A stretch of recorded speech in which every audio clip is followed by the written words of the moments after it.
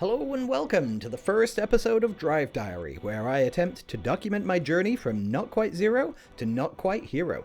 Today we're looking at DirtFish, the free roam mode included with Dirt Rally 2.0.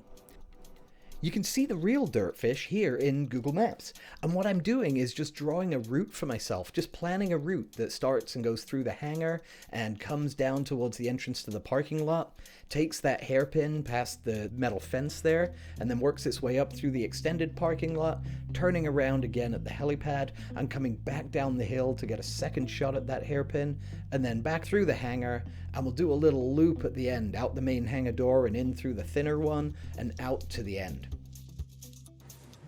So here we go, first try. Now usually it takes me a few tries to get these right, these loops that I put together. I try and challenge myself to the sorts of corners or the sorts of obstacles that I'm struggling with the most or losing the most time on in the time trials or events. And what I like about DirtFish is it takes away a lot of the pressure of running the events or the time trials and trying to get on the leaderboard.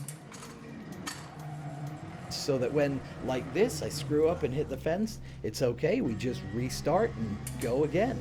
And you can see here, it just takes a few tries of running that same route again and again. I really struggle with this sort of hairpin going up the hill. I either come into it just a little bit too fast and overcook it, or I tend to pull the handbrake and hold it just a little bit too long. On this one I actually made it up pretty cleanly, but then on the way back down just completely overcooked the speed coming downhill.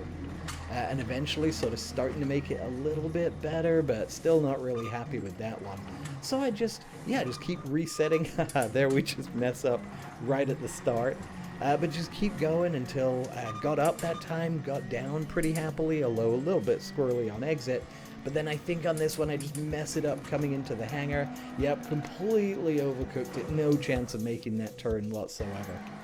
But just keeping on resetting, keeping on trying, lets me get the sort of practice that I'm looking for in these situations. So that hopefully when I'm coming up to a hairpin or an obstacle like a narrows through a tunnel, in an actual event or a time trial, I'm able to get through it. I'm able to make progress. And I think on this take 8, I got one that I was reasonably happy with. Now, like I said at the start, I'm really not a great dirt player. I'm actually keeping this diary because I'm interested to see how my skills might progress from, say, this year to another year or 2 or even 3 years from now, and see if I can see the difference. So I want to keep this diary to sort of record how I'm going. Not the cleanest hairpin there, you can see, but we made it up and we didn't hit anything and didn't come to a standstill, so that's good.